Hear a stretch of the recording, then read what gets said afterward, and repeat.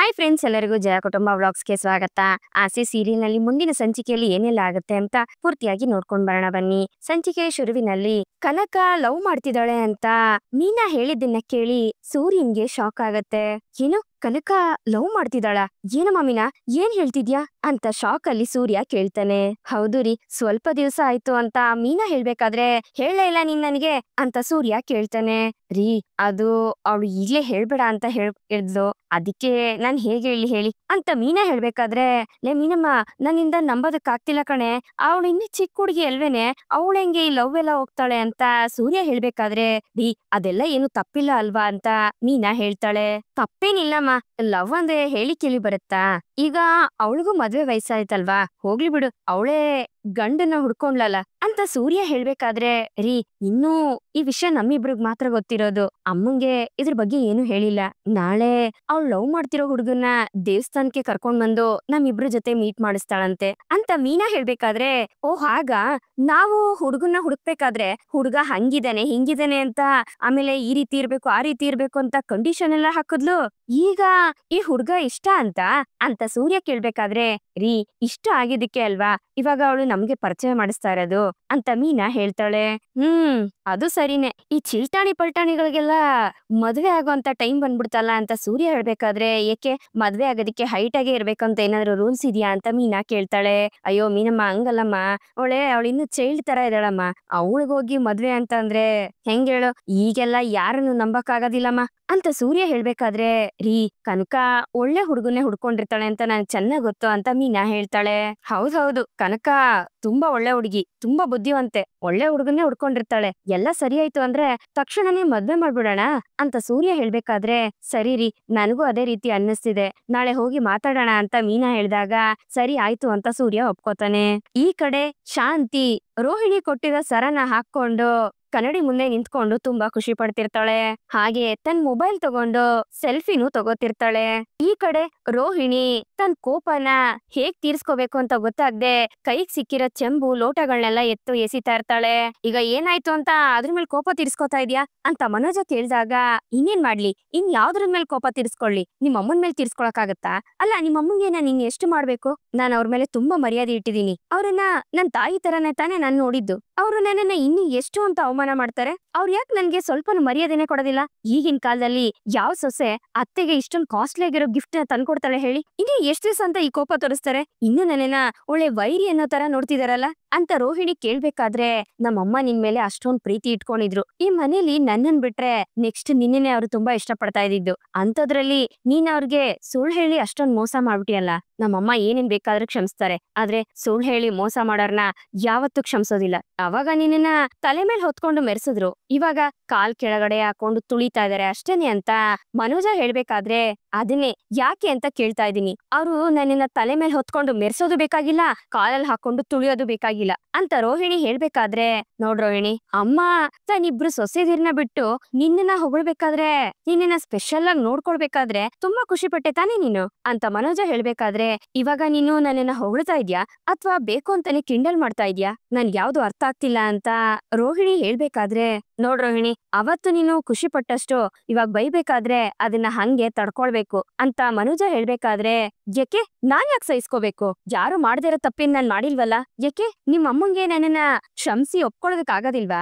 ನೀನು ಅವ್ರ ತರನೇ ಮಾತಾಡ್ತಿದ್ಯಲ್ಲ. ನಿಜ ಹೇಳ್ತಿದೀನಿ ಮನೋಜ್, ನಾನು ನಿಮ್ ಮೇಲೆ ತುಂಬಾನೇ ನಂಬಿಕೆ ಇಟ್ಕೊಂಡಿದ್ದೆ, ಎಂತ ಪರಿಸ್ಥಿತಿ ಬಂದ್ರು ನೀವ್ ನನ್ನನ್ನ ಬಿಟ್ಕೊಡೋದಿಲ್ಲ ಅಂತ ಅನ್ಕೊಂಡಿದ್ದೆ, ಸಪೋರ್ಟ್ ಮಾಡ್ತೀರಾ ಅಂತ ಅನ್ಕೊಂಡಿದ್ದೆ, ಆದ್ರೆ ನೀವು ಈ ರೀತಿ ಎಲ್ಲ ಮಾಡ್ತೀರಾ ಅಂತ ಅನ್ಕೊಂಡಿರ್ಲಿಲ್ಲ. ನೀವ್ ನಡ್ಕೊಳ್ತಿರೋ ರೀತಿ ನಾನ್ ಅನ್ಕೊಂಡಿದ್ದಕ್ಕೆ ನಿಜವಾಗ್ಲೂ ವಿರುದ್ಧವಾಗಿದೆ, ನನಗ್ ತುಂಬಾ ನೋವಾಗ್ತಿದೆ ಅಂತ ರೋಹಿಣಿ ಹೇಳ್ಬೇಕಾದ್ರೆ, ನೋಡ್ ರೋಹಿಣಿ, ನಿನ್ ಬಗ್ಗೆ ಯಾರು ಏನೇ ಮಾತಾಡಿದಿದ್ರೋ ಅಥವಾ ಏನಾದ್ರೂ ಹೇಳಿದಿದ್ರೋ ನಾನ್ ನೋಡ್ಕೊಂಡು ಸುಮ್ನೆ ಇರ್ತಾ ಇರ್ಲಿಲ್ಲ. ಆ ಸೂರ್ಯ ನಿನ್ ಬಗ್ಗೆ ಏನಾದ್ರೂ ಕಿಂಡಲ್ ಮಾಡಿ ಮಾತಾಡ್ಬೇಕಾದ್ರೆ ನನ್ನ ಬೈದಿದ್ದೀನಿ ತಾನೆ, ಆದ್ರೆ ಅಮ್ಮನ್ ವಿರುದ್ಧವಾಗಿ ನಿಂತ್ಕೊಂಡು ನನ್ನಿಂದ ಏನು ಮಾತಾಡೋದಕ್ಕಾಗೋದಿಲ್ಲ ಅಂತ ಮನೋಜ ಹೇಳ್ಬೇಕಾದ್ರೆ, ಅದನ್ನೇ ನಾನ್ ಕೇಳ್ತಾ ಇರೋದು ಯಾಕೆ ಅಂತ ರೋಹಿಣಿ ಕೇಳ್ತಾಳೆ.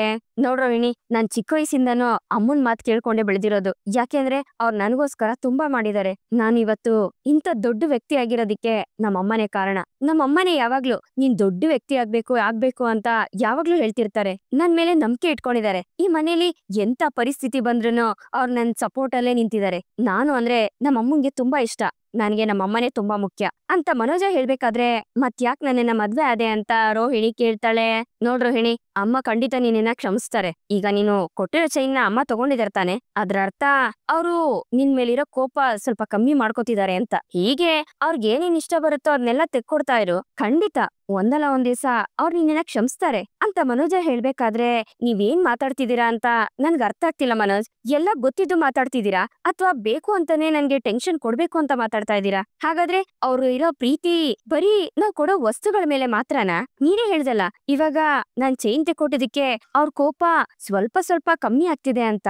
ಹೀಗೆ ಅವ್ರ ಕೋಪನ ಪೂರ್ತಿಯಾಗಿ ಕಡಿಮೆ ಮಾಡೋದಿಕ್ಕೆ ನಾನ್ ಏನಾದ್ರೂ ತೆಕ್ಕೊಡ್ತಾ ಹೋದೆ ಅಂತಂದ್ರೆ ನಾನ್ ಎಲ್ಲಾದ್ರೂ ಅದಕ್ಕೆ ಕೊಳ್ಳೆ ಹೊಡ್ಕೊಂಡ್ ಬರ್ಬೇಕು ಅನ್ಸುತ್ತೆ ಅಂತ ರೋಹಿಣಿ ಹೇಳ್ಬೇಕಾದ್ರೆ, ಈಗ ನೀನು ಇದನ್ನ ಏನ್ ತಂದ್ಕೊಟ್ಟೆ?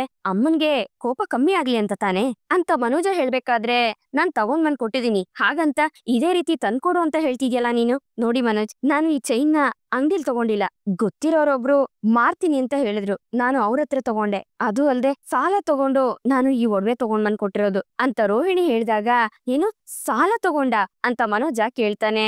ಬೇರೆ ಇನ್ನೇನ್ ಮಾಡ್ಬೇಕಾಗಿತ್ತು? ನಾನು ಹೇಗಾದ್ರೂ ಮಾಡಿ ಅವ್ರ ಜೊತೆ ಮಾತಾಡ್ಬೇಕು, ಮೊದ್ಲಿನ ತರ ಆಗ್ಬೇಕು ಅಂತ ನಾನು ಟ್ರೈ ಮಾಡ್ತಿದೀನಿ. ನೀನು ಅಷ್ಟೇ ಯಾವ್ದಾದ್ರು ರೀತಿಲಿ ನನಗೂ ಸ್ವಲ್ಪ ಸಪೋರ್ಟ್ ಮಾಡಿದ್ರೆ ಅಲ್ವಾ ಎಲ್ರು ನನ್ ಮೇಲೆ ಸ್ವಲ್ಪನಾದ್ರೂ ಮರ್ಯಾದೆ ಇಟ್ಕೊಂಡಿರ್ತಾರೆ. ಈಗ ಪ್ರತಿಯೊಬ್ರು ಇಲ್ಲಿ ಒಂದ್ ರೀತಿ ನನ್ನನ್ನ ಕಾಮಿಡಿ ಪರ್ಸನ್ ತರ ನೋಡ್ತಾ ಇದಾರೆ. ನೀನು ಒಂದ್ ದಿವ್ಸ ನನಗೋಸ್ಕರ ಸಪೋರ್ಟ್ ಮಾಡಿ ಮಾತಾಡ್ ನೋಡು, ಅವಾಗ ನಿಮ್ಮಮ್ಮನೆ ತಾನಾಗೆ ನನ್ನ ಹತ್ರ ಮಾತಾಡಕ್ ಬರ್ತಾರೆ ಅಂತ ರೋಹಿಣಿ ಹೇಳ್ಬೇಕಾದ್ರೆ, ನೋಡ್ ರೋಹಿಣಿ, ಅದಕ್ಕೆ ಅಂತ ನಾನ್ ಆ ರೀತಿ ಎಲ್ಲ ಮಾಡಕ್ ಆಗಲ್ಲ. ನೀನು ಸ್ವಲ್ಪ ಟೈಮ್ ತಗೋ, ಖಂಡಿತ ಅಮ್ಮನ್ ಕೋಪ ಕಡಿಮೆ ಆಗುತ್ತೆ. ಅವಾಗ ಬೇಕಾದ್ರೆ ನಾನು ಹೋಗಿ ಮಾತಾಡ್ತೀನಿ. ಈಗ ಏನಾದ್ರೂ ನಾನು ಹೋಗಿ ಅಮ್ಮನ ಹತ್ರ ಮಾತಾಡ್ದೆ ಅಂತಂದ್ರೆ ಅಮ್ಮ ಪರ್ಮನೆಂಟ್ ಆಗಿ ನಮ್ಮಿಬ್ರನ್ನು ಬೇರೆ ಬೇರೆ ಮಾಡ್ಬಿಡ್ತಾರೆ ಅಂತ ಮನೋಜ ಹೇಳ್ಬೇಕಾದ್ರೆ, ನಿಮ್ಮಮ್ಮನ್ ಬಗ್ಗೆ ಇಷ್ಟೊಂದೆಲ್ಲ ಚೆನ್ನಾಗ್ ತಿಳ್ಕೊಂಡಿದ್ಯಾ ಅಲ್ವಾ, ಮತ್ ಯಾಕೆ ಸುಮ್ನೆ ಇದೀರಾ? ಹೋಗಿ ನಿಮ್ಮಮ್ಮನ ಹತ್ರ ಮಾತಾಡಿ, ಈ ರೀತಿ ಎಲ್ಲ ಮಾಡ್ಬೇಡ, ಇದೆಲ್ಲ ಸರಿ ಇಲ್ಲ ಅಂತ ಹೇಳಿ ಅಂತ ರೋಹಿಣಿ ಹೇಳ್ಬೇಕಾದ್ರೆ, ನೋಡ್ ರೋಹಿಣಿ, ಈ ವಿಷಯದಲ್ಲಿ ಅಮ್ಮನ್ ರೂಟಲ್ಲೇ ಹೋಗಿ ಅಮ್ಮನ್ನ ಬದಲಾಯಿಸ್ಬೇಕು ಅಂತ ಮನೋಜ ಹೇಳಿದಾಗ, ನೋಡಿ ಮನೋಜ್, ನೀವು ಅವ್ರನ್ನ ಬದಲಾಯಿಸೋ ಅಷ್ಟ್ರಲ್ಲಿ ಅವರು ನನ್ನನ್ನ ಈ ಮನೇಲಿ ಕೆಲ್ಸದೋಳ್ ತರ ಬದಲಾಯಿಸ್ಬಿಡ್ತಾರೆ ಅಂತ ರೋಹಿಣಿ ಹೇಳ್ಬೇಕಾದ್ರೆ, ನೋಡು ಸ್ವಲ್ಪ ಟೈಮ್ ಬರ್ಲಿ, ಅಮ್ಮ ಒಳ್ಳೆ ಮೂಡಲ್ ಇದಾರೆ ಅಂತ ಗೊತ್ತಾದಾಗ ನಾನೇ ಹೋಗಿ ಮಾತಾಡ್ತೀನಿ ಅಂತ ಮನೋಜ ಹೇಳ್ಬೇಕಾದ್ರೆ, ಹೋಗ್ಲಿ ಬಿಡಿ, ನೀವೇನು ಮಾತಾಡ್ಬೇಡಿ, ಇಬ್ರು ಕೊನೆವರೆಗೂ ಇದೇ ರೀತಿ ಇದ್ಬಿಡೋಣ. ನಾನು ಡೈಲಿ ಅವಮಾನ ಪಟ್ಟು ಪಟ್ಟು ಸಾಕಾಗೋಗ್ಬಿಟ್ಟಿದೀನಿ, ಆಗಿದ್ದಾಗ್ಲಿ ಅಂತ ಹೇಳಿ ರೋಹಿಣಿ ಕೋಪ ಮಾಡ್ಕೊಂಡು ಕುತ್ಕೋತಾಳೆ. ಮನೋಜ ಏನ್ ಮಾಡ್ಬೇಕು ಅಂತ ಗೊತ್ತಾಗದೆ ಯೋಚನೆ ಮಾಡ್ತಿರ್ತಾನೆ. ಈ ಕಡೆ ಶ್ರುತಿ ರೂಮಿಗ್ ಬಂದು ರವಿ ಹತ್ರ ರಿಸೈನ್ ಮಾಡ್ದ ಇಲ್ವಾ ಅಂತ ಕೇಳ್ತಾಳೆ. ನೋಡಮ್ಮ, ನಾನ್ ಬೆಳಗ್ಗೆನೆ ಹೇಳಿದೀನಿ ತಾನೆ ನಾನ್ ರಿಸೈನ್ ಮಾಡಲ್ಲ ಅಂತ ರವಿ ಹೇಳ್ಬೇಕಾದ್ರೆ, ಯಾಕೆ ಈ ರೀತಿ ಮಾಡ್ತಿದ್ಯಾ ಅಂತ ಶ್ರುತಿ ಕೇಳ್ತಿರ್ತಾಳೆ. ನೋಡ್ ಶ್ರುತಿ, ಏನೋ ಡ್ರೆಸ್ ಬದಲಾಯಿಸೋ ರೀತಿ ಕೆಲ್ಸನ ಬದಲಾಯಿಸೋ ಅಂತ ಹೇಳ್ತಿದ್ಯಲ್ಲ, ಇದು ಆ ರೀತಿ ಎಲ್ಲ ನಡೆಯೋದಿಲ್ಲ, ಅರ್ಥ ಮಾಡ್ಕೊಳ್ದೆ ಮಾತಾಡಬೇಡ ಶ್ರುತಿ ಅಂತ ರವಿ ಹೇಳ್ಬೇಕಾದ್ರೆ, ನಾನು ಅರ್ಥ ಮಾಡ್ಕೊಂಡೆ ಮಾತಾಡ್ತೀನಿ ರವಿ, ನಿನಗೆ ಏನು ಅರ್ಥ ಆಗ್ತಾ ಇಲ್ಲ. ಸರಿ, ನೀನ್ ಡಿಸಿಷನ್ ನ ಚೇಂಜ್ ಮಾಡೋ ರೀತಿ ಕಾಣಿಸ್ತಿಲ್ಲ, ಅದಕ್ಕೆ ನಾನೇ ಬೇರೆ ಡಿಸೈಡ್ ಮಾಡಿದೀನಿ. ಆಗ ರವಿ ಶ್ರುತಿ ಮುಖ ನೋಡ್ಬೇಕಾದ್ರೆ, ನಾನು ಏನೋ ಡಿಸೈಡ್ ಮಾಡಿದೀನಿ ಅಂತ ಹೇಳ್ದೆ, ಆದ್ರೆ ಏನು ಎತ್ತ ಅಂತ ಕೇಳೋದಿಲ್ವಾ ನೀನು ಅಂತ ಶ್ರುತಿ ಕೇಳ್ತಾಳೆ.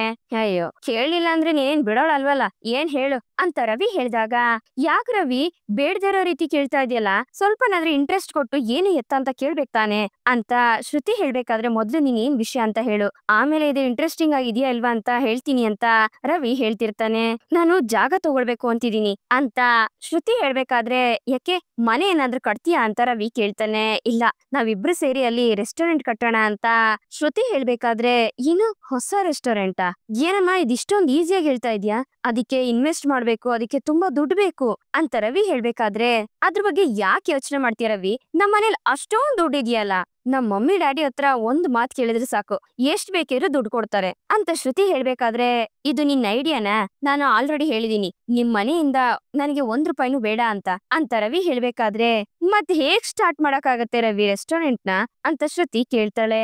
ನೋಡು, ನಮ್ ಸ್ವಂತ ದುಡ್ಡಲ್ಲಿ ನಾವು ಓಪನ್ ಮಾಡೋಣ ಅಂತ ರವಿ ಹೇಳ್ಬೇಕಾದ್ರೆ, ಅಷ್ಟೊಂದ್ ದುಡ್ಡನ್ನ ಹೊಂದ್ಸೋ ಅಷ್ಟೊತ್ಗೆ ನಾವು ಅಜ್ಜಿ ತಾತ ಆಗೋಗ್ಬಿಟ್ಟಿರ್ತೀವಿ ಅಂತ ಶ್ರುತಿ ಹೇಳ್ಬೇಕಾದ್ರೆ, ಯಾಕೆ ಬ್ಯಾಂಕ್ ಅಲ್ಲಿ ಲೋನ್ ಸಿಕ್ಕೋದಿಲ್ವಾ, ಅದ್ರಲ್ಲೇ ನಾವು ತಗೊಳ್ಳೋಣ ಬಿಡು ಅಂತ ರವಿ ಹೇಳ್ಬೇಕಾದ್ರೆ, ಅಲ್ಲ ಬ್ಯಾಂಕ್ ಅಲ್ಲಿ ನೀನು ಲೋನ್ ತಗೋತೀನಿ ಅಂತೀಯಲ್ಲ, ಅದ್ರ ಬದಲು ನಮ್ ಡ್ಯಾಡಿ ಹತ್ರ ದುಡ್ಡು ತಗೊಂಡ್ರೆ ನಿನ್ಗೇನಾಗತ್ತೆ ಅಂತ ಶ್ರುತಿ ಕೇಳ್ಬೇಕಾದ್ರೆ, ನೋಡ್ ಶ್ರುತಿ, ನಿಂಗೆ ಹೇಳಿದ್ರೆ ಅರ್ಥ ಆಗೋದಿಲ್ಲ, ನಿಮ್ಮನೆ ದುಡ್ಡಿಂದ ನಾನು ಬಿಸ್ನೆಸ್ ನ ಶುರು ಮಾಡ್ಬೇಕು ಅನ್ನೋ ಅವಶ್ಯಕತೆ ನನ್ಗಿಲ್ಲ, ನಾನು ನಾನಾಗಿರ್ಬೇಕು ಅಂತ ಅನ್ಕೋತಿದೀನಿ ಅಂತ ರವಿ ಹೇಳ್ಬೇಕಾದ್ರೆ, ಯಾಕ್ ರವಿ ಎಲ್ಲಾ ಮಿಡಲ್ ಕ್ಲಾಸ್ ಜನಗಳ ತರ ನೀನು ಯೋಚನೆ ಮಾಡ್ತಿದ್ಯಾ? ಅಲ್ಲ, ಇವಾಗ ನಮ್ ಡ್ಯಾಡಿ ಫುಲ್ ಪ್ರಾಪರ್ಟೀಸ್ ಅಲ್ಲ ನಮ್ಗೆ ತಾನೇ ಸಿಗೋದು ಅಂತ ಶ್ರುತಿ ಹೇಳ್ಬೇಕಾದ್ರೆ, ಅದು ನಿನಗ್ ಮಾತ್ರ, ನಮಗಲ್ಲ.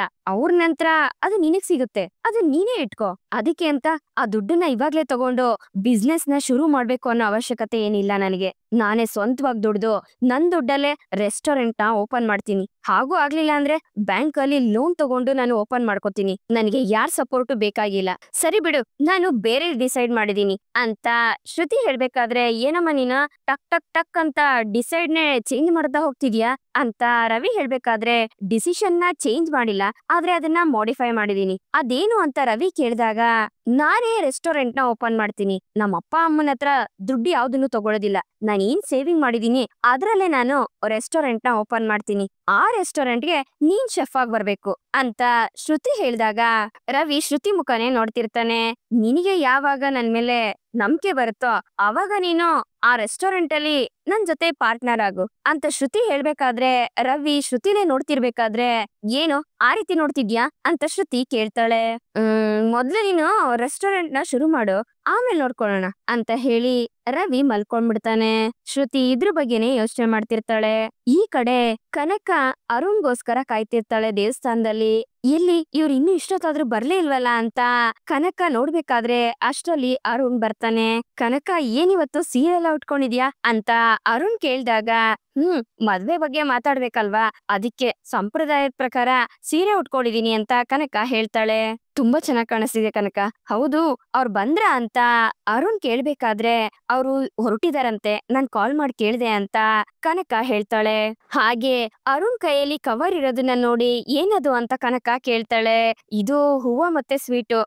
ಮೊದಲನೇ ಸಲ ನಿಮ್ ಫ್ಯಾಮಿಲಿಯವ್ರನ್ನ ನೋಡಕ್ ಬರ್ಬೇಕಾದ್ರೆ ಬರೀ ಕೈಯಲ್ಲಿ ಹಾಗೆ ಬಂದ್ರೆ ಚೆನ್ನಾಗಿರೋದಿಲ್ಲ ಅಲ್ವಾ, ಅದಕ್ಕೆ ಹೂವ ಮತ್ತೆ ಸ್ವೀಟ್ ತಂದಿದೀನಿ ಅಂತ ಅರುಣ್ ಹೇಳ್ತಾನೆ. ಪರವಾಗಿಲ್ವೇ, ನಿಮ್ಗೆ ಇದು ಗೊತ್ತಿದ್ಯಲ್ವಾ ಅಂತ ಕನಕ ಕಿಂಡಲ್ ಮಾಡ್ತಿರ್ತಾಳೆ. ಕನಕ ಅರುಣ್ನೆ ನೋಡ್ಬೇಕಾದ್ರೆ ಅರುಣ್ ನಾಚ್ಕೋತಿರ್ತಾನೆ. ಹೌದು, ಏನ್ ನನ್ನನ್ನ ಈ ರೀತಿ ನೋಡ್ತಿದ್ಯಾ ಅಂತ ಅರುಣ್ ಕೇಳಿದಾಗ, ಇಲ್ಲ, ನಿಮ್ಮನ್ನ ಒಬ್ಬ ಪೊಲೀಸ್ ಆಫೀಸರ್ ತರಾನೇ ನೋಡಿದ್ದೆ, ಆದ್ರೆ ಫಸ್ಟ್ ಟೈಮ್ ಸ್ಕೂಲ್ ಹೋಗ್ತಾನಲ್ಲ ಹುಡುಗ, ಹೆದ್ರುಕೊಂಡು ಆ ರೀತಿ ಇವತ್ ಕಾಣಿಸ್ತಿದ್ದೀರಾ ಅಂತ ಕನಕ ಹೇಳ್ಬೇಕಾದ್ರೆ, ಏನ್ ಮಾಡೋದು, ಟೆನ್ಷನ್ ಇದ್ದೇ ಇರುತ್ತಲ್ವಾ. ಇಷ್ಟು ದಿವಸ ನೀನು ಟೆಸ್ಟ್ ಅದು ಇದು ಅಂತ ಟೆಸ್ಟ್ ಕೊಡ್ತಿದ್ದೆ, ಅದನ್ನ ಹೇಗೋ ನಾನು ಪಾಸ್ ಮಾಡ್ಬಿಟ್ಟೆ. ಈಗ ನೋಡಿದ್ರೆ ನಿಮ್ ಅಕ್ಕ ಭಾವ ಬೇರೆ ಬರ್ತಾರೆ ಅಂತ ಹೇಳ್ತಿದ್ದೀರಾ, ಅವ್ರು ಬೇರೆ ಏನ್ ಹೇಳ್ತಾರೋ ಗೊತ್ತಿಲ್ಲ, ಅವ್ರು ಏನಾದ್ರೂ ಟೆಸ್ಟ್ ಇಡ್ತಾರಾ ಅಂತ ಅರುಣ್ ಕೇಳ್ಬೇಕಾದ್ರೆ, ಹೌದೌದು, ರನ್ನಿಂಗು, ಹೈ ಜಂಪು ಇದೆಲ್ಲ ಮಾಡೋದಕ್ಕೆ ಹೇಳ್ತಾರೆ ಅಂತ ಕನಕ ಕಿಂಡಲ್ ಮಾಡ್ತಾಳೆ. ಹೇಯ್, ಏನ್ ಹೇಳ್ತಿದ್ಯಾ ಅಂತ ಅರುಣ್ ಹೇಳ್ಬೇಕಾದ್ರೆ, ಆತರ ಏನು ಇಲ್ಲ, ನಮ್ಮ ಅಕ್ಕ ಭಾವ ಇಬ್ರು ತುಂಬಾ ಒಳ್ಳೆಯವರು. ನನ್ ಮದ್ವೆ ಮಾಡೋದಿಕ್ಕೆ ಇಬ್ರು ತುದಿಗಾಲಲ್ಲಿ ನಿಂತಿದ್ದಾರೆ. ಬಂದಿದ ತಕ್ಷಣ ಯಾವಾಗ ಮದ್ವೆ ಮಾಡೋದು, ಯಾವ ಮಂಟಪ ಬುಕ್ ಮಾಡೋದು ಅಂತ ಕೇಳ್ತಾರೆ, ಬೇಕಾದ್ರೆ ನೋಡ್ತೀರೋ ಅಂತ ಕನಕ ಹೇಳ್ತಾಳೆ. ನನಗೇನು ತೊಂದ್ರೆ ಇಲ್ಲಪ್ಪ, ನನಗ್ ನಾಳೆನೆ ಮದ್ವೆ ಮಾಡ್ಕೊಟ್ರುನು ಓಕೆನೆ ಅಂತ ಅರುಣ್ ಹೇಳ್ಬೇಕಾದ್ರೆ, ಇದನ್ನೆಲ್ಲ ಅವ್ರ ಹತ್ರ ಹೇಳ್ಬಿಡ್ಬೇಡಿ, ಆಮೇಲೆ ನಮ್ ಭಾವ ಮಾಡಿದ್ರು ಮಾಡ್ಬಿಡ್ತಾರೆ ಅಂತ ಹೇಳ್ಕೊಂಡು ಕನಕ ನಗ್ಬೇಕಾದ್ರೆ, ನಿಮ್ ಅಕ್ಕ ಭಾವ ನಮ್ಮಿಬ್ರು ಮದ್ವೆಗೆ ಒಪ್ಪಿಗೆ ಕೊಡ್ತಾರ್ತಾನೆ ಅಂತ ಅರುಣ್ ಕೇಳ್ತಾನೆ. ಅವ್ರಿಬ್ರಿಗೂ ಆಲ್ರೆಡಿ ಓಕೆನೆ, ಈಗ ಮಾತಾಡಿ ಕನ್ಫರ್ಮ್ ಮಾಡಕ್ ಬರ್ತಿದ್ದಾರೆ ಅಂತ ಕನಕ ಹೇಳ್ಬೇಕಾದ್ರೆ, ಅವ್ರಿಗೆ ನಾನು ಇಷ್ಟ ಆಗ್ತೀನ ಅಂತ ಅರುಣ್ ಕೇಳ್ತಾನೆ. ನಿಮ್ಮನ್ ನೋಡಿದ್ರೆ ಯಾರಕ್ ತಾನೇ ಬೇಡ ಅಂತ ಅನ್ನೋದಕ್ಕೆ ಮನ್ಸ್ ಬರುತ್ತೆ ಹೇಳಿ ಅಂತ ಕನಕ ಹೇಳ್ಬೇಕಾದ್ರೆ, ಏನೋ ಗೊತ್ತಿಲ್ಲ ಕನಕ, ಬೆಳಗ್ಗೆಯಿಂದ ಫುಲ್ ಟೆನ್ಷನ್ ಆಗ್ತಿದೆ ಅಂತ ಅರುಣ್ ಹೇಳ್ತಾನೆ. ಟೆನ್ಷನ್ ಮಾಡ್ಕೋಬೇಡಿ, ನಮ್ಮ ಅಕ್ಕ ಬಾವ ನಾನ್ ಆಸೆ ಪಟ್ಟಿದ್ದನ್ನ ಯಾವತ್ತು ಬೇಡ ಅಂತ ಹೇಳೋದಿಲ್ಲ, ಅವ್ರಿಬ್ರು ತುಂಬಾ ಒಳ್ಳೆಯವರು ಅಂತ ಕನಕ ಹೇಳ್ಬೇಕಾದ್ರೆ, ನಿಮ್ ಅಕ್ಕ ಸಾಫ್ಟ್ ಅಂತ ಹೇಳಿದ್ದೆ, ಆದ್ರೆ ನಿಮ್ ಭಾವ ಯಾವ ತರ ಅಂತ ಅರುಣ್ ಕೇಳ್ಬೇಕಾದ್ರೆ, ಅವ್ರಿಗೆ ಸ್ವಲ್ಪ ಮುಂಗೋಪ ಅನ್ನೋದ್ ಬಿಟ್ರೆ ಮಿಕ್ಕಿದ್ರಲ್ಲೆಲ್ಲ ಚಿನ್ನ. ಅವರು ನಮ್ ಫ್ಯಾಮಿಲಿ ಅಂತಂದ್ರೆ ಅವ್ರಿಗೆ ಪ್ರಾಣ. ಖಂಡಿತ ನಿಮ್ಗೆ ಅವ್ರು ಇಷ್ಟ ಆಗೇ ಆಗ್ತಾರೆ.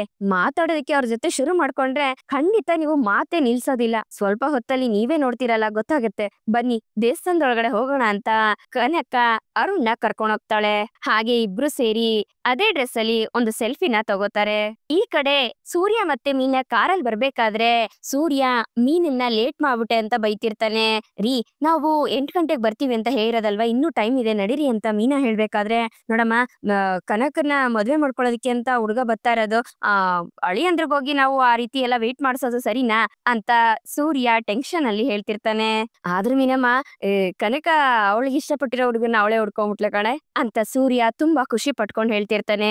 ಮದ್ವೆನೇ ಬೇಡ ಅಂತ ಹೇಳ್ತಿದ್ದವಳು ಇದ್ದಕ್ಕಿದಂಗೆ ಲವ್ ಮಾಡ್ತಿದೀನಿ ಅಂತಂದ್ರೆ ನಾವು ಸುಮ್ನೆ ಇರೋದಕ್ಕಾಗತ್ತ ಹೇಳಿ ಅಂತ ಮೀನಾ ಹೇಳ್ಬೇಕಾದ್ರೆ ಹೌದೌದು ಹುಡುಗ ಹಂಗಿರ್ಬೇಕು ಹಿಂಗಿರ್ಬೇಕು ಅಂತ ಕಂಡೀಷನ್ ಎಲ್ಲ ಆಗ್ತಿದ್ಲವಳು.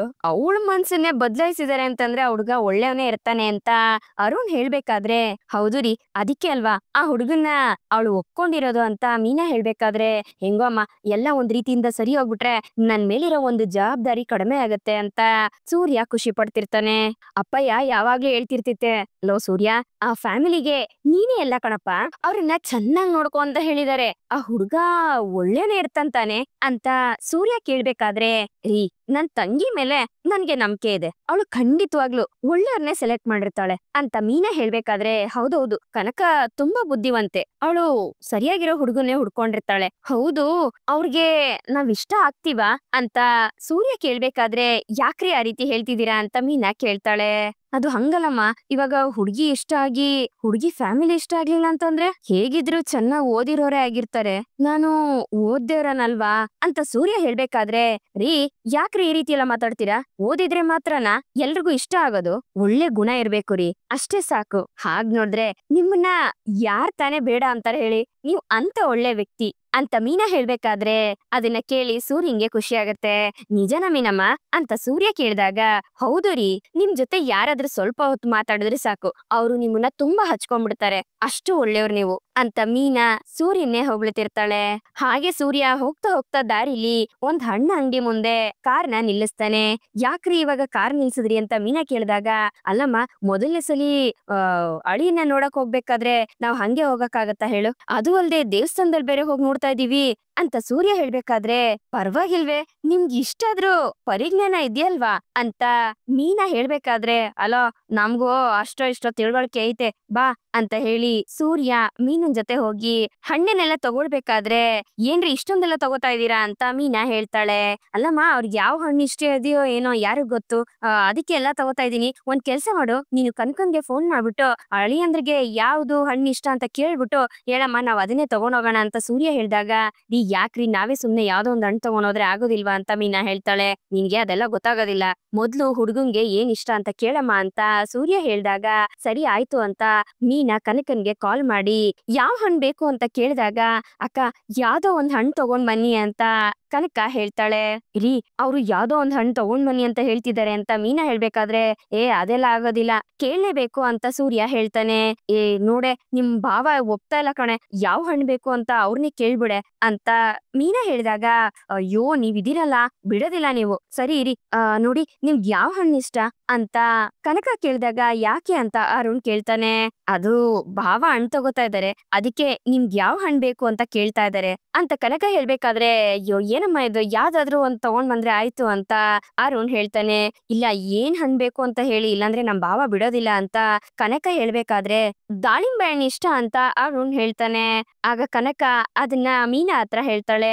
ಸರಿ ಆಯ್ತು ಅಂತ ಹೇಳಿ ಮೀನಾ ಕಾಲ್ ಕಟ್ ಮಾಡಿ ಸೂರ್ಯನ ಹತ್ರ ದಾಳಿಂಬೆ ಹಣ್ಣು ಅಂತ ಹೇಳಿದಾಗ ಓ ದಾಳಿಂಬೆ ಹಣ್ಣ ಅದು ತುಂಬಾ ಒಳ್ಳೇದು, ಅದ್ರ ಜ್ಯೂಸ್ ಎಷ್ಟು ಒಳ್ಳೇದು ಗೊತ್ತಾ, ಅದನ್ನ ಕುಡಿಬೇಕು ಆರೋಗ್ಯಕ್ಕೆ ಒಳ್ಳೇದು ಅಂತ ಸೂರ್ಯ ಹೇಳ್ಬೇಕಾದ್ರೆ ಹೌದೌದು ಬೇರೆಯವರು ಆರೋಗ್ಯಕ್ಕೆ ಒಳ್ಳೇದಂತ ಕುಡಿಯೋದನ್ನ ಮಾತ್ರ ಹೇಳ್ತೀರಾ, ಆದ್ರೆ ನೀವ್ ಕುಡಿಯೋದು ಆರೋಗ್ಯಕ್ಕೆ ಕೆಟ್ಟದ್ದು ಅನ್ನೋದು ಮಾತ್ರ ನಿಮಗ್ ಗೊತ್ತಾಗೋದಿಲ್ಲ ಅಂತ ಮೀನಾ ಹೇಳ್ಬೇಕಾದ್ರೆ ಏನಮ್ಮ ಮೀನಾ ಎಲ್ರು ಕೇಳೋ ತರ ಜೋರ್ ಜೋರಾಗಿ ಹೇಳ್ತಿದ್ದೀರಾ, ಸ್ವಲ್ಪ ಸಮಾಧಾನವಾಗಿರು ಸುಮ್ನೆ ಇರು ನೀನು, ನನ್ಗ್ ಗೊತ್ತು ನಾನು ಏನ್ ತಗೋಬೇಕು ಅಂತ, ಆಚೆ ಎಲ್ಲ ಬಂದು ಹಿಂಗೆಲ್ಲ ಜೋರ್ ಜೋರಾಗೆಲ್ಲ ಹೇಳ್ಬಾರ್ದು ಅಂತ ಸೂರ್ಯ ಹೇಳ್ಕೊಂಡು ಹೋಗಿ ದಾಳಿಂಬೆ ಹಣ್ಣನ್ನ ತುಂಬ್ಕೊತಾ ಇರ್ತಾನೆ. ಅಯ್ಯೋ ರೀ ಏನ್ರಿ ಇಷ್ಟೊಂದು ತಗೋತಾ ಇದ್ದೀರಾ ಅಂತ ಮೀನಾ ಹೇಳ್ದಾಗ ನೋಡಮ್ಮ ನಾವು ಹುಡುಗನ್ನ ನೋಡಕ್ ಹೋಗ್ತಾ ಇರೋದು, ಹುಡುಗ ಇಷ್ಟಪಟ್ಟಿರೋ ಹಣ್ಣು ಅಂದ್ಮೇಲೆ ಸ್ವಲ್ಪ ಜಾಸ್ತಿನೇ ತಗೊಂಡ್ ಹೋಗ್ಬೇಕು, ಅವಾಗ ಇನ್ನೂ ಪ್ರೀತಿ ಜಾಸ್ತಿ ಆಗತ್ತೆ ನಮ್ಮಿಬ್ರು ಮಧ್ಯೆ ಅಂತ ಹೇಳ್ಕೊಂಡು ಸೂರ್ಯ ಹಣ್ಣನ್ನ ತಗೊಂಡು ಅಲ್ಲಿಂದ ಹೊರಡ್ತಾನೆ. ಹಾಗೆ ಮತ್ತೆ ಹೋಗ್ತಾ ಹೋಗ್ತಾ ದಾರಿಲಿ ಒಂದು ಸ್ವೀಟ್ ಅಂಗಡಿನ ನೋಡಿ ಮತ್ತೆ ಕಾರ್ನ ನಿಲ್ಸಿ ಕನಕಂಗೆ ಫೋನ್ ಮಾಡಿ ಕೇಳು ಹುಡುಗನ್ಗೆ ಯಾವ ಸ್ವೀಟ್ ಬೇಕು ಅಂತ ಕೇಳು ಅಂತ ಸೂರ್ಯ ಹೇಳ್ತಾನೆ. ಆಗ ಮೀನಾ ಕಾಲ್ ಮಾಡಿ ಕನಕನ ಹತ್ರ ಕೇಳ್ತಾಳೆ. ಕನಕ ಅವಳಿಗೆ ಗೊತ್ತಿರೋದನ್ನೆಲ್ಲ ಮೀನಿನ ಹತ್ರ ಹೇಳ್ತಾ ಹೋಗ್ತಾಳೆ. ಹಾಗೆ ಅರುಣ್ಗೆ ಏನಿನ್ ಇಷ್ಟ ಅಂತ ಹೇಳ್ತಾ ಹೋದಂಗೆ ಸೂರ್ಯ ಅದನ್ನೆಲ್ಲ ತಗೊಂಡ್ ಬರ್ತಿರ್ತಾನೆ. ಏನ್ ಕನಕ, ನಿಮ್ ಭಾವನ್ನ ಬಿಟ್ರೆ ಮದ್ವೆಗ್ ಏನೇನ್ ಬೇಕು ಎಲ್ಲ ಇವಾಗ್ಲೇ ತಂದ್ಬಿಡೋ ತರ ಕಾಣಿಸ್ತಿದೆ ಅಂತ ಅರುಣ್ ಹೇಳ್ಬೇಕಾದ್ರೆ, ನಾನ್ ಹೇಳ್ದೆ ಅಲ್ವಾ ನಮ್ ಭಾವ ಒಬ್ರ ಮೇಲ್ ಪ್ರೀತಿ ಇಟ್ರೆ ಅದು ಯಾವತ್ತು ಯಾರಿಂದನೂ ಮರೆಯಕ್ಕಾಗೋದಿಲ್ಲ ಅಂತ. ಅಷ್ಟು ಪ್ರೀತಿ ಕೊಡ್ತಾರೆ ಅವರು. ನಮ್ಗೋಸ್ಕರ ಇಷ್ಟು ಮಾಡೋರು, ನೋಡ್ತಾ ಇರಿ ನಿಮ್ಮನ್ನ ಹೇಗ್ ನೋಡ್ಕೋತಾರೆ ಅಂತ ಕನಕ ಹೇಳ್ಬೇಕಾದ್ರೆ, ನಾನು ಅವ್ರನ್ನ ಅಷ್ಟೇ ಚೆನ್ನಾಗ್ ನೋಡ್ಕೋತೀನಿ ಅಂತ ಅರುಣ್ ಹೇಳ್ತಾನೆ. ಹೌದು, ನಾನ್ ಬೇರೆ ಸ್ವೀಟ್ ತಂದಿದ್ದೀನಲ್ಲ, ಇದು ನಿಮ್ ಭಾವಂಗೆ ಇಷ್ಟ ಆಗತ್ತಾ ಅಂತ ಅರುಣ್ ಹೇಳ್ಬೇಕಾದ್ರೆ, ನೀವ್ ಅದ್ರ ಬಗ್ಗೆ ಎಲ್ಲ ಟೆನ್ಷನ್ ಮಾಡ್ಕೋಬೇಡಿ, ನೀವ್ ಯಾವ ಸ್ವೀಟ್ ಕೊಟ್ರು ನಮ್ ಭಾವ ಬೇಡ ಅಂತ ಹೇಳೋದಿಲ್ಲ, ಅಷ್ಟು ಒಳ್ಳೆ ವ್ಯಕ್ತಿ ಅವರು ಅಂತ ಕನಕ ಹೇಳ್ಬೇಕಾದ್ರೆ ಅದನ್ನ ಕೇಳಿ ಅರುಣ್ ಖುಷಿ ಪಡ್ತಿರ್ತಾನೆ. ಈ ಕಡೆ ಸೂರ್ಯ ಮೀನಾ ಇಬ್ರು ಖುಷಿಯಾಗಿ ದೇವಸ್ಥಾನ ಹತ್ರ ಬಂದ್ ಇಳಿದು ಕನಕ ಎಲ್ಲಿದ್ದಾಳೆ ಅಂತ ಹುಡುಕ್ಬೇಕಾದ್ರೆ ಕನಕ ಅಲ್ಲಿಗ್ ಬರ್ತಾಳೆ. ಅದೇ ಟೈಮ್ಗೆ ಅರುಣ್ಗೆ ಕಾಲ್ ಬರುತ್ತೆ. ಅರುಣ್ ಪಕ್ಕಕ್ ಹೋಗಿ ಮಾತಾಡ್ತಿರ್ತಾನೆ. ರೀ, ನೀವು ಈ ಹಣ್ಣನ್ ತಗೊಂಡೋಗಿ, ನಾನು ಇಲ್ಲೇ ಹೂ ತಗೊಂಡ್ ಬರ್ತೀನಿ ದೇವಸ್ಥಾನಕ್ಕೆ ಅಂತ ಮೀನಾ ಹೇಳಿ ಹೋಗ್ತಾಳೆ. ಈ ಕಡೆ ಎಲ್ಲಿ ಕನಕ ಕಾಣಿಸ್ತಾನೆ ಇಲ್ವಲ್ಲ ಅಂತ ಸೂರ್ಯ ಹುಡ್ಕೊಂಡು ಬರ್ತಿರ್ತಾನೆ. ಅದೇ ಟೈಮ್ಗೆ ಅರುಣ್ ಫೋನ್ ಅಲ್ಲಿ ಮಾತಾಡ್ತಿರೋದನ್ನ ನೋಡಿ ಸೂರ್ಯ ಅವನನ್ನೇ ಗುರಾಯಿಸ್ತಿರ್ತಾನೆ. ಅರುಣ್ ಸಹ ಸೂರ್ಯನ್ನೇ ನೋಡ್ಬಿಡ್ತಾನೆ. ಒಳ್ಳೆ ಕೆಲ್ಸಕ್ಕೆ ಅಂತ ಬಂದು ಹೋಗಿ ಇವನ್ ಮುಖ ನೋಡಂಗಾಯ್ತಲ್ಲ ಅಂತ ಅನ್ಕೊಂಡು ಸೂರ್ಯ ಅಲ್ಲಿಂದ ಹೊರಟೋಗ್ತಾನೆ. ಈ ಕಡೆ ಅರುಣ್ ಸಹ ಕೋಪ ಮಾಡ್ಕೊಂಡು ಕನಕನ ಹತ್ರ ಬಂದಾಗ, ಯಾಕೇನಾಯ್ತು, ನಿಮ್ ಮುಖ ಈ ರೀತಿದೆ ಅಂತ ಕನಕ ಕೇಳ್ತಾಳೆ. ಅವ್ನ್ ನೋಡ್ದ್ನಲ್ಲ ಅದಕ್ಕೆ ಅಂತ ಅರುಣ್ ಹೇಳ್ದಾಗ, ಯಾರನ್ನ ಅಂತ ಕನಕ ಕೇಳ್ತಾಳೆ. ಅದೇ ಅವನಿಂದಾನೇ ಅಲ್ವಾ ನನ್ ಲೈಫ್ ಅಲ್ಲಿ ಯಾವಾಗ್ಲೂ ಸಮಸ್ಯೆಗಳು ಬರೋದು, ನಾನ್ ಸಸ್ಪೆಂಡ್ಗೆ ಕಾರಣ ಅಂತ ಹೇಳಿದ್ನಲ್ಲ ಅವನು ಅಂತ ಅರುಣ್ ಹೇಳ್ದಾಗ, ಸರಿ ಬಿಡಿ, ದೇವಸ್ಥಾನ ಅಂದ್ರೆ ತುಂಬಾ ಜನ ಬರ್ತಿರ್ತಾರೆ ಹೋಗ್ತಿರ್ತಾರೆ, ಅದನ್ನೆಲ್ಲ ಕಿವಿಗ್ ಹಾಕೋಬೇಡಿ, ಅಕ್ಕ ಭಾವ ಬಂದ್ಮೇಲೆ ನಾವು ಯಾವ್ದಾದ್ರು ಹೋಟೆಲ್ಗೆ ಹೋಗೋಣ, ನೀವ್ ಟೆನ್ಷನ್ ಮಾಡ್ಕೋಬೇಡಿ ಅಂತ ಕನಕ ಹೇಳ್ತಿರ್ತಾಳೆ. ಸರಿ ಆಯ್ತು ಅಂತ ಅರುಣ್ ಹೇಳ್ತಾನೆ. ಸೂರ್ಯ ಟೆನ್ಷನ್ ಅಲ್ಲಿ ಓಡಾಡ್ತಿರ್ಬೇಕಾದ್ರೆ, ಏನ್ರಿ ನೀವ್ ಇನ್ನೂ ಇಲ್ಲೇ ನಿಂತಿದ್ದೀರಾ, ಹೋಗ್ಲಿಲ್ವಾ ಒಳಗಡೆ ಅಂತ ಕನಕ ಬರ್ಲಿಲ್ವಾ ಅಂತ ಮೀನಾ ಕೇಳ್ಬೇಕಾದ್ರೆ, ನೋಡಮ್ಮ ಇಲ್ಲಿ ಸೆಟ್ ಆಗೋದಿಲ್ಲ, ಬೇರೆ ಎಲ್ಲಾದ್ರೂ ಹೋಗಿ ಮಾತಾಡೋಣ ನಡಿ ಅಂತ ಸೂರ್ಯ ಹೇಳ್ತಿರ್ತಾನೆ. ರೀ, ಯಾಕ್ರಿ ಏನ್ರಿ ಆಯ್ತು ಅಂತ ಮೀನಾ ಕೇಳ್ಬೇಕಾದ್ರೆ, ನಾನ್ ಹೇಳೋದನ್ ಕೇಳು ಮೀನಾ, ಕನಕನ್ನ ಫೋನ್ ಮಾಡಿ ಕರಿ, ಹಾಗೆ ಬೇರೆ ಯಾವ್ದಾದ್ರು ದೇವಸ್ಥಾನಕ್ ಹೋಗೋಣ ಅಥವಾ ಹೋಟ್ಲಗಾದ್ರೂ ಹೋಗೋಣ ಅಂತ ಸೂರ್ಯ ಹೇಳ್ಬೇಕಾದ್ರೆ, ರೀ ಇವಾಗ ಏನಾಯ್ತು ಅಂತ ಈ ರೀತಿ ಎಲ್ಲ ಹೇಳ್ತಿದ್ದೀರಾ ಹೇಳಿ ಅಂತ ಮೀನಾ ಕೇಳ್ತಾಳೆ. ಅವನು ಇಲ್ಲೇ ಇದ್ದಾನೆ ಅಂತ ಸೂರ್ಯ ಹೇಳಿದಾಗ, ಯಾರು ಅಂತ ಮೀನಾ ಕೇಳ್ತಾಳೆ. ಇನ್ಯಾರು, ಆ ಪೊಲೀಸ್ ಇದಾನಲ್ಲ, ನನ್ನನ್ನ ಬೇಕು ಅಂತ ಟಾರ್ಗೆಟ್ ಮಾಡ್ತಿರ್ತಾನಲ್ಲ, ಅವನು ಇಲ್ಲೇ ಇದ್ದಾನೆ, ಅವನು ನೋಡಿರೇನೆ ನನ್ಗೆ ಮೈಯೆಲ್ಲ ಉರ್ದೋಗುತ್ತೆ ಅಂತ ಸೂರ್ಯ ಹೇಳ್ತಿರ್ತಾನೆ. ರೀ, ಇದು ದೇವಸ್ಥಾನ, ಬರ್ತಾ ಇರ್ತಾರೆ ಹೋಗ್ತಾ ಇರ್ತಾರೆ ಜನಗಳು, ಅವ್ರ ಪಾಡ್ಗ್ ಅವ್ರಿದ್ರೆ ನಮ್ ಪಾಡ್ಗ್ ನಾವ್ ನೋಡ್ಕೊಳ್ಳೋಣ ನಮ್ ಕೆಲ್ಸನ, ಬನ್ರಿ ಅಂತ ಮೀನಾ ಸೂರ್ಯನ್ ಕೈ ಹಿಡ್ಕೊಂಡು ದೇವಸ್ಥಾನದ ಒಳಗಡೆ ಹೋಗ್ತಾಳೆ. ಹಾಗೆ ಮೀನಾ ಕನಕನ್ನ ನೋಡಿ, ರೀ ಕನಕ ಅಲ್ಲಿದ್ದಾಳೆ ಬನ್ನಿ ಅಂತ ಹೇಳಿ ಹೋಗ್ಬೇಕಾದ್ರೆ, ಅಕ್ಕ ಬನ್ನಿ ಅಕ್ಕ, ಬನ್ನಿ ಭಾವ ಅಂತ ಕನಕ ಸೂರ್ಯ ಮೀನಿನ ಹತ್ರ ಮಾತಾಡ್ತಾ, ನೋಡಿ ನಮ್ಮ ಅಕ್ಕ ಭಾವ ಬಂದಿದ್ದಾರೆ ಅಂತ ಕನಕ ಅರುಣ್ಗೆ ಹೇಳ್ಬೇಕಾದ್ರೆ, ಅರುಣ್ ಬಂದು ಸೂರ್ಯ ಮತ್ತೆ ಮೀನನ್ನ ನೋಡ್ತಾನೆ. ನೋಡಿ ಶಾಕ್ ಆಗ್ತಾನೆ. ಸೂರ್ಯ ಕೋಪದಿಂದನೇ ಅರುಣ್ನ ಗುರಾಯಿಸ್ತಿರ್ತಾನೆ. ಕೈಯಲ್ಲಿರೋ ಹಣ್ಣು ಮತ್ತೆ ಹೂವನ್ನೆಲ್ಲ ಕೈ ಬಿಟ್ಬಿಡ್ತಾನೆ. ಅಯ್ಯೋ ಭಾವ, ಎಲ್ಲ ಬಿದ್ದೋಯ್ತಲ್ಲ ಅಂತ ಕನಕ ಆ ಹಣ್ಣನ್ನೆಲ್ಲ ಎತ್ಕೊಳ್ಬೇಕಾದ್ರೆ ಮೀನಾ ಕನಕನ ಹತ್ರ ಬಂದು, ಕನಕ ಏನಿದು ಅಂತ ಕೇಳ್ತಾಳೆ. ಅಕ್ಕ, ನಾನ್ ಲವ್ ಮಾಡ್ತಿರೋದು ಇವ್ರನ್ನೇ, ಇವ್ರ ಹೆಸರು ಅರುಣ್ ಅಂತ, ಪೊಲೀಸ್ ಕಾನ್ಸ್ಟೇಬಲ್ ಆಗಿದ್ದಾರೆ, ತುಂಬಾ ಒಳ್ಳೆಯವರು ಭಾವ, ನಿಮ್ ಹತ್ರ ಇಂಟ್ರೊಡ್ಯೂಸ್ ಮಾಡ್ಬೇಕು ಅಂತಾನೆ ಇವ್ರನ್ನ ಇವತ್ ಕಲ್ಸಿರೋದು ಅಂತ ಕನಕ ಹೇಳ್ಬೇಕಾದ್ರೆ ಅರುಣ್ ಸೂರ್ಯನೇ ಗುರಾಯಿಸ್ತಿರ್ತಾನೆ. ನೋಡಿ, ನೀವ್ ಯಾವಾಗ್ಲೂ ಕೇಳ್ತಿದ್ರಿ ಅಲ್ವಾ ನಮ್ಮ ಅಕ್ಕ ಭಾವನ್ನ ಮೀಟ್ ಮಾಡ್ಸು ಅಂತ, ಇವ್ರೇ ನಮ್ ಭಾವ, ತುಂಬಾ ಒಳ್ಳೆಯವರು, ಯಾವಾಗ್ಲೂ ಎಲ್ರ ಹತ್ರ ನಗ್ನಗ್ತಾ ಮಾತಾಡ್ತಿರ್ತಾರೆ. ಅಕ್ಕ, ನಾವು ಹೋಟ್ಲಿಗೆ ಎಲ್ಲಾದ್ರೂ ಹೋಗೋಣವಾ, ಅದು ಇವ್ರಿಗೆ ಇಷ್ಟ ಆಗ್ದಿರೋ ವ್ಯಕ್ತಿ ಇಲ್ಲಿಗ್ ಬಂದಿದಾರಂತೆ, ಇವ್ರ ಜೊತೆ ಯಾವಾಗ್ಲೂ ಆ ವ್ಯಕ್ತಿ ಜಗಳ ಮಾಡ್ತಿರ್ತಾನಂತೆ, ರೌಡಿ ಅಂತೆ ಅಂತ ಕನಕ ಹೇಳ್ಬೇಕಾದ್ರೆ ಸೂರ್ಯ ಕೋಪದಿಂದ ಅರುಣ್ನೇ ನೋಡ್ತಿರ್ತಾನೆ.